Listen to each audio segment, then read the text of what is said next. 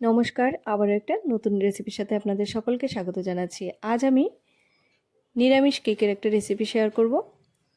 ঘরে থাকা চায়ের কাপ আর চায়ের চামচের মাপে আজকের কেকটা আমি তৈরি করছি। আমরা অনেকেই কিন্তু কেকের পরিমাণটা ঠিকঠাকভাবে বুঝতে পারি না। আজকে আমি যেভাবে তৈরি করছি আপনারা একবার ট্রাই করে দেখবেন। খুবই সহজভাবে একটা কিন্তু পারফেক্ট কেক আপনারা তৈরি করে নিতে পারবেন। তাহলে চলুন দেখে নিন আমার আজকের রেসিপি। কেক তৈরি করার জন্য আমি প্রথমে একটা মিক্সিং বোল নিয়ে নিয়েছি। তার মধ্যে চায়ের কাপের মাপে 1 কাপ সুজি নিয়েছি, আর সেই কাপে হাফ কাপের মতো আমি ময়দা নিয়েছি। তার সাথে ওই কাপটা দিয়ে মেপে আমি 1 কাপ চিনি নিয়েছি। চিনিটাকে কিন্তু আমি গুঁড়ো করিনি, একসাথে ময়দা আর সুজিটার সাথে মিশিয়ে নিয়েছি। তার সাথে আমি এখানে 2 চা চামচ গুঁড়ো দুধ দিয়েছি। দুধটা দিলে কেকের স্বাদটা খুব সুন্দর হয়, তার জন্য আমি দুধটা দিয়েছি। তারপর সামান্য পরিমাণে একটু নুন দিয়েছি। এবার সমস্ত উপকরণগুলো শুকনো অবস্থায় ভালোভাবে মিশিয়ে নিতে হবে।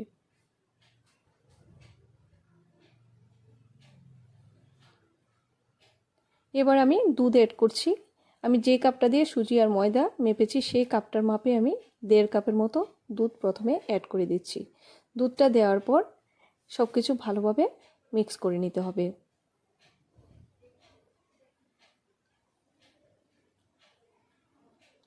এই যে দেখুন আমি মিক্স করে নিয়েছি। এবার এটাকে আমি প্রায় 30 মিনিটের মতো ঢাকা দিয়ে রেখে দেব। তাহলে যে চিনিটা আমি মিশিয়েছি চিনিটা কিন্তু খুব সুন্দরভাবে গলে যাবে। ওই দিকটা চিনিটা গলতে গলতে আমি কেকটা তৈরি করার জন্য বাটিটা রেডি করে নিচ্ছি। আমি কিন্তু সম্পূর্ণ ঘরোয়াভাবে আজকের কেকটা তৈরি করছি, তাই জন্য ঘরে থাকা সবসময় ব্যবহার করা একটা স্টিলের বাটি আমি এখানে নিয়েছি। আপনারা চাইলে অ্যালুমিনিয়ামের যে কোনো বাটিও কিন্তু ব্যবহার করতে পারেন। তারপর একটা ম্যাথ কপি থেকে আমি একটা পেপার নিয়েছি। আমি এখানে কোনো রকম বাটার পেপার ইউজ করছি না। তারপর পেপারটাকে এরকম একটা মাপ নিয়ে কেটে নিচ্ছি।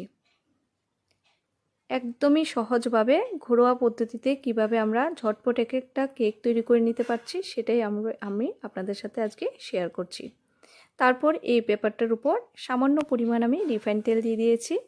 তেলটা দিয়ে ভালো করে পেপারটার গায়ে মাখিয়ে নিতে হবে। তার সাথে বাটিটার গায়েও কিন্তু একটু তেল মাখিয়ে নিতে হবে। আপনাদের কাছে আমার এই রেসিপিটা যদি ভালো লাগে তাহলে প্লিজ একটা লাইক দেবেন। আর আপনারা যারা আমার চ্যানেলে নতুন আছেন প্লিজ চ্যানেলটাকে সাবস্ক্রাইব করে আপনারা কিন্তু আমাকে আপনাদের পাশে রাখবেন। এই যে দেখুন কেকের বাটিটা আমার রেডি করা হয়ে গেছে। এবার আরেকটা বাটিতে আমি এখানে 2 চা চামচের মতো টুটি ফুটি নিয়েছি।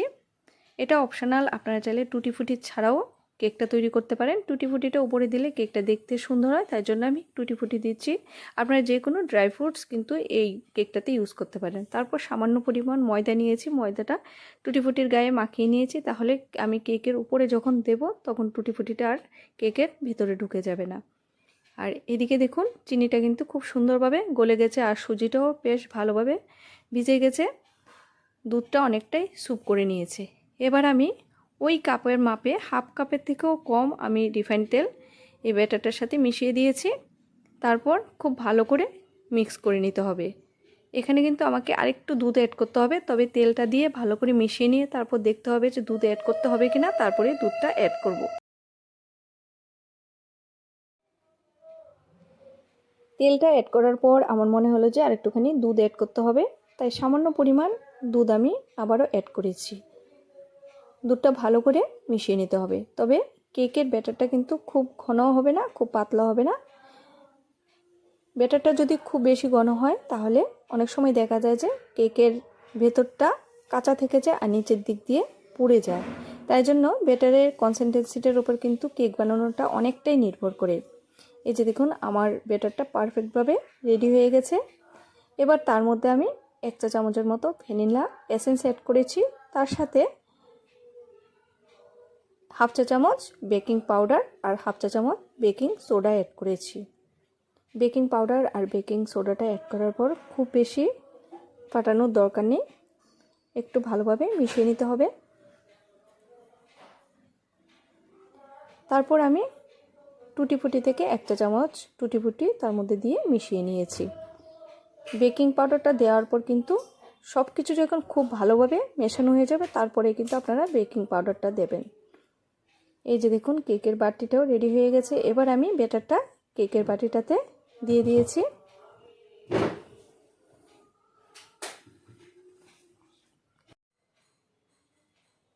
এবার কেকটা বেক করার জন্য আমি ওভেনে একটা ডেকচি বসিয়ে দিয়েছি। আপনারা চাইলে কড়াইতেও কিন্তু কেকটা তৈরি করতে পারেন।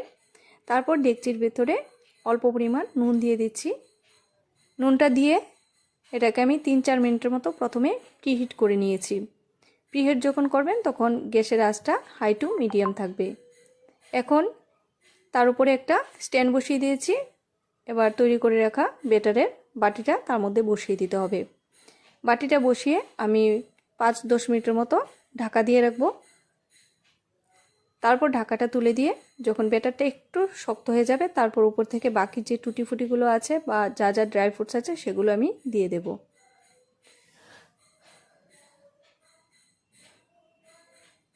আমি 5-10 মিনিট ঢাকা দিয়ে রেখেছিলাম। ব্যাটারটা মোটামুটি কিছুটা ঘন হয়ে গেছে। এবার উপর থেকে আমি টুটি ফুটিগুলো দিয়ে দিচ্ছি।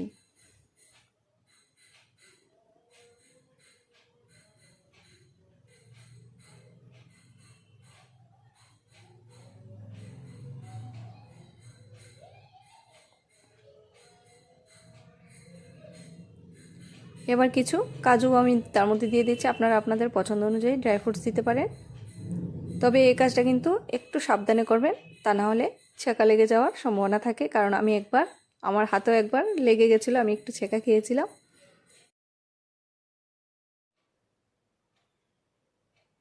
এবার আমি আরও কিছুক্ষণের জন্য ঢাকা দিয়ে রাখবো যেন কেকটা ভালোভাবে হয়ে যায়। এই কেকটা তৈরি করতে আমার টোটাল 45 মিনিট সময় লেগেছে। 45 মিনিটস পর আমি কেকের ঢাকাটা তুলে দিয়েছি। এবার চেক করে দেখব কেকটা আমার রেডি হয়েছে কিনা। তার জন্য একটা টুথপিক নিয়েছি। টুথপিক দিয়ে কেকের মাঝখানটা দেখব আমি এটা হয়েছে কিনা। যদি টুথপিকের গায়ে লেগে যায় তাহলে বোঝা যাবে যে কেকটা কাঁচা রয়েছে, আর যদি লেগে না থাকে তাহলে বোঝা যাবে যে কেকটা পারফেক্টভাবে রেডি হয়ে গেছে। এবার এটা আমি ওভেন থেকে নামিয়ে রেখে দেব ঠান্ডা হওয়ার জন্য।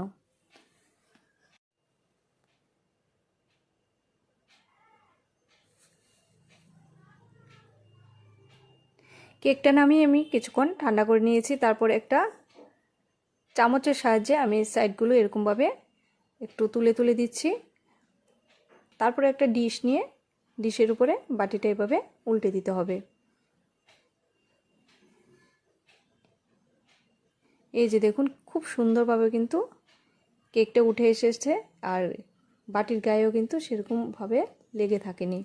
এবার যে কাগজটা দিয়েছি সেই কাগজটা তুলে দিতে হবে।